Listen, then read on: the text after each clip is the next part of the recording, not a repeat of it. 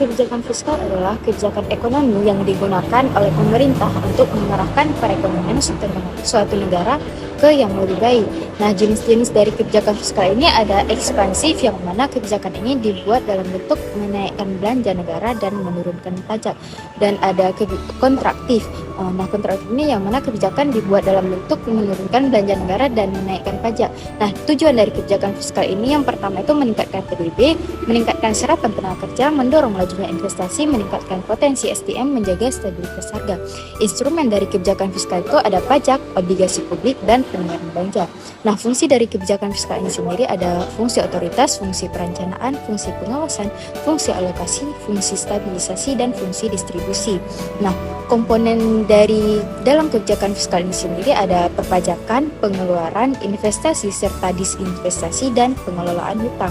Nah, bentuk kebijakan fiskal ini ada 3. Yang pertama itu ada fungsional, sengaja, dan tidak disengaja.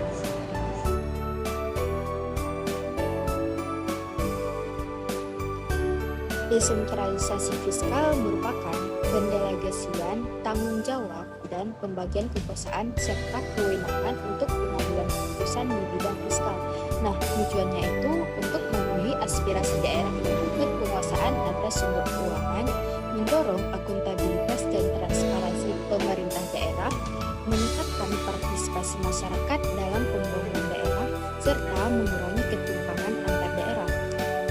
Jenis-jenis dari desentralisasi fiskal ini yaitu desentralisasi fiskal penuh, desentralisasi fiskal sebagian, desentralisasi fiskal administrasi, desentralisasi fiskal dekonsentrasi, dan desentralisasi fiskal pajak. Nah, adapun kendala dalam pelaksanaan desentralisasi fiskal yaitu pemanfaatan PDA, korupsi, dan kurangnya peran ikut serta masyarakat.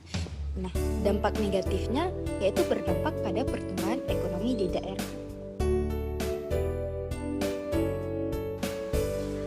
Kebijakan moneter merupakan tindakan yang diambil oleh otoritas moneter suatu negara, biasanya bank sentral, untuk mengendalikan dan mengatur jumlah uang yang beredar di perekonomian dan suku bunga.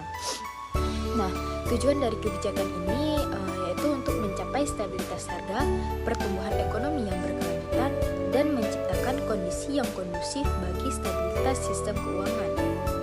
Nah, menurut Nopirin dalam bukunya 1987 pada halaman 51, kebijakan moneter merupakan salah satu faktor yang dapat mempengaruhi kegiatan ekonomi. Nah, sebenarnya ada banyak faktor ekonomi lain yang dapat mempengaruhi kegiatan ekonomi, namun faktor ini di luar kontrol pemerintah. Nah, kebijakan moneter merupakan salah satu faktor yang dapat dikontrol oleh pemerintah sehingga dapat dipakai untuk mencapai sasaran pembangunan ekonomi. Peran kebijakan moneter yaitu untuk mengendalikan inflasi, menjaga stabilitas ekonomi, untuk mempengaruhi tingkat pertumbuhan ekonomi, serta untuk memberi sinyal kebijakan kepada pasar dan pelaku ekonomi lainnya. Adapun jenis-jenis kebijakan moneter yaitu yang pertama kebijakan moneter konvensional, yang mana kebijakan ini merujuk pada pendekatan yang umumnya digunakan oleh bank sentral dalam mengelola suplai uang dan suku bunga untuk mencapai tujuan ekonomi makro. Nah, bank sentral dapat menyesuaikan suku bunga acuan untuk mengendalikan inflasi dan mengatur likuiditas di pasar keuangan. Yang kedua itu ada kebijakan monetisasi defisit, yang mana merupakan praktek di mana bank sentral menciptakan uang baru untuk membiayai defisit anggaran pemerintah. Nah, hal ini terjadi ketika pemerintah meminjam uang dari bank sentral tanpa mencari sumber pendanaan eksternal. Walaupun dapat memberikan dana tambahan untuk proyek-proyek pemerintah, tetapi hal ini juga dapat menyebabkan inflasi dan risiko ketidakstabilan ekonomi. Jadi oleh karena itu penggunaan kebijakan ini seharusnya hati-hati untuk menghindari konsekuensi yang dapat merugikan. Yang ketiga itu ada kebijakan moneter pasif. Kebijakan moneter ini merupakan pendekatan di mana Bank sentral cenderung mengikuti kondisi ekonomi alami tanpa campur tangan yang signifikan. Bank sentral dapat membiarkan mekanisme pasar dan kekuatan ekonomi menentukan tingkat suku bunga dan kebijakan moneter lainnya. Nah, pada pendekatan ini seringkali dikaitkan dengan kepercayaan pada mekanisme pasar bekerja secara efisien tanpa intervensi yang berlebihan dari otoritas moneter. Adapun dampak dari kebijakan moneter ini pada perekonomian, yang pertama ada stabilitas ekonomi. Nah, kebijakan moneter dapat berdampak pada stabilitas keuangan dengan mempengaruhi harga aset seperti saham dan properti. Nah, perubahan suku bunga juga dapat mempengaruhi risiko kredit dan likuiditas di pasar keuangan. Nah, yang kedua itu ada inflasi dan deflasi. Inflasi dan deflasi ini penyesuaian suku bunga dan kebijakan moneter lainnya. Ini dapat mempengaruhi tingkat inflasi, yang mana peningkatan suku bunga dapat membantu mengendalikan inflasi, sementara penurunan suku bunga dapat mendorong pertumbuhan ekonomi. Nah, selanjutnya ada mekanisme pelaksanaan kebijakan moneter. Itu ada dua. Yang pertama, alat dan instrumen kebijakan dan moneter. Yang kedua itu ada pelaku dan institusi terlibat. Nah, ada beberapa strategi dalam kebijakan moneter. Yang pertama ada strategi ekspansi, yang mana melibatkan langkah-langkah untuk meningkatkan likuiditas dan merangsang pertumbuhan ekonomi, yang bertujuan untuk mendorong pinjaman, investasi, dan konsumsi, serta mengatasi risiko resesi atau deflasi. Nah, strategi ini digunakan ketika bank sentral ingin merangsang aktivitas ekonomi dan mencapai target pertumbuhan. Yang selanjutnya, strategi kebijakan moneter kontraktif, yang merupakan pendekatan yang diambil oleh bank sentral atau otoritas moneter untuk mengurangi likuiditas dan meredakan pertumbuhan ekonomi yang berlebihan, terutama untuk mengatasi risiko inflasi yang tinggi, yang mana tujuan utamanya untuk menjaga stabilitas harga dan mencegah terjadinya tekanan inflasi yang tidak terkendali.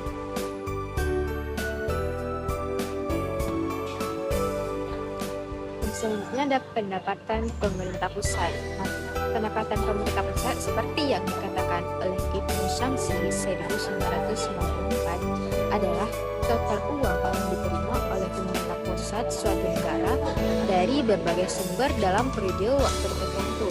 Nah, biasanya dalam 1 tahun fiskal. Dan pendapatan pemerintah pusat sangat penting karena menjadi sumber utama dana untuk mendanai berbagai program dan kebijakan pemerintah, termasuk infrastruktur, pendidikan, kesehatan, dan hal lainnya. Nah, sumber pendapatan pemerintah pusat ini yang pertama dari pajak.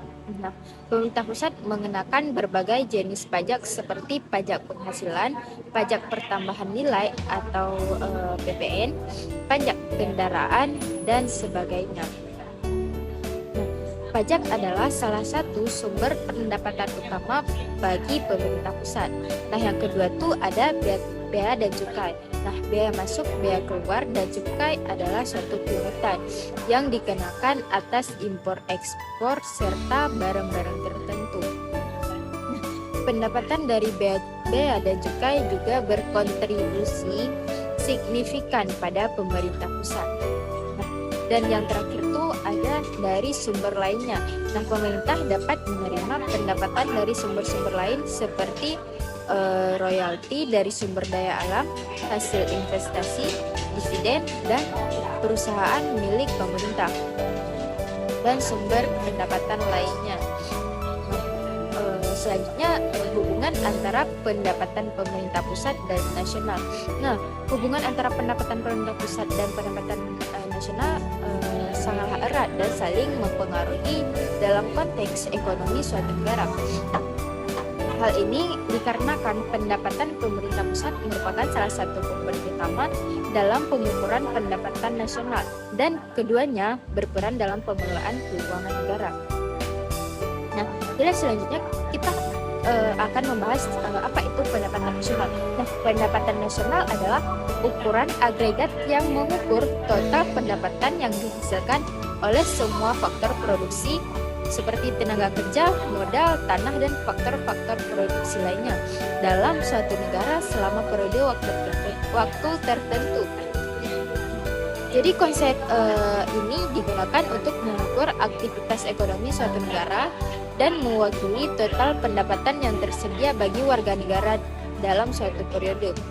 Nah, ada pula komponen-komponen pendapatan nasional itu ada 3, yaitu komponen pendapatan nasional, pendapatan primer, pendapatan sekunder, dan pendapatan tersier.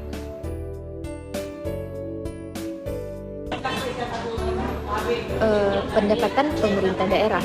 Menurut Undang-Undang Nomor 23 Tahun 2014 tentang Pemerintah Daerah, pendapatan asli daerah adalah pendapatan yang diperoleh suatu daerah yang dipungut berdasarkan peraturan daerah sesuai dengan peraturan perundang-undangan.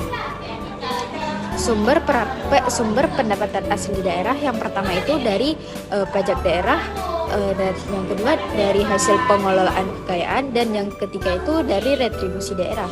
Nah, distribusi pendapatan pemerintah daerah di Indonesia yaitu dari yang pertama itu ada pendapatan tingkat provinsi. Nah, pendapatan dari provinsi terdiri dari pajak provinsi, retribusi, dan transfer yang diterima dari pemerintah pusat. Yang kedua, pendapatan tingkat kabupaten. Nah, pendapatan tingkat kabupaten atau kota ini berasal dari pajak kabupaten atau kota, retribusi, dan transfer dari pemerintah provinsi dan pusat. Dan yang ketiga itu ada pendapatan tingkat desa. Nah, pendapatan tingkat desa atau kelurahan terdiri dari pajak desa dan retribusi. Nah, namun ada beberapa tantangan dalam pengumpulan pendapatan pemerintah daerah ini. Yang pertama ada pemasaran informasi, yaitu salah satu tantangan utama adalah memastikan masyarakat sadar akan kewajiban mereka dalam membayar pajak dan retribusi.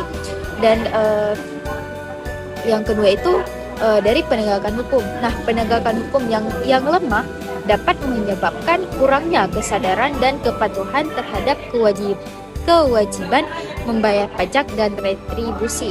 Nah, yang terakhir itu ada rendahnya kesadaran pajak. Nah, banyak warga yang belum memahami apa itu manfaat pembayaran pajak dan retribusi dalam pembangunan daerah. Selanjutnya ada RPJM dan RPJP. Nah, RPJM sendiri merupakan rencana pembangunan yang berorientasi pada pencapaian tujuan jangka menengah dalam periode 5 tahun. Sedangkan RPJP yaitu rencana jangka panjang yang menggambarkan visi dan strategi pembangunan suatu daerah dalam kurun waktu tertentu. Penyusunan rencana strategi dan kebijakan untuk mencapai tujuan jangka panjang. Nah, menurut Dwi Septiani 2023, RPJM dan RPJP terdapat 3 tujuan utama, yaitu yang pertama menyelaraskan pembangunan, yang mana RPJP dan RPJM bertujuan untuk menyelaraskan pembangunan dengan visi dan misi serta tujuan pembangunan nasional. Dan yang kedua, meningkatkan kesejahteraan masyarakat dan mengoptimalkan pemanfaatan sumber daya. Dan yang terakhir itu ada mengoptimalkan penggunaan sumber daya yang tersedia, baik itu dalam bentuk keuangan, manusia, dan sumber daya alam. Nah, tantangan dalam penerapan RPJM dan RPJP tersendiri yaitu keterbatasan sumber daya, kendala dalam koordinasi, dan keterbatasan pemahaman serta kesadaran. Nah, proses perencanaan dari RPJP dan RPJM itu yang pertama ada proses perencanaan partisipasi, proses perencanaan top down atau bottom up, dan proses perencanaan pendekatan politik serta proses perencanaan teknokratik.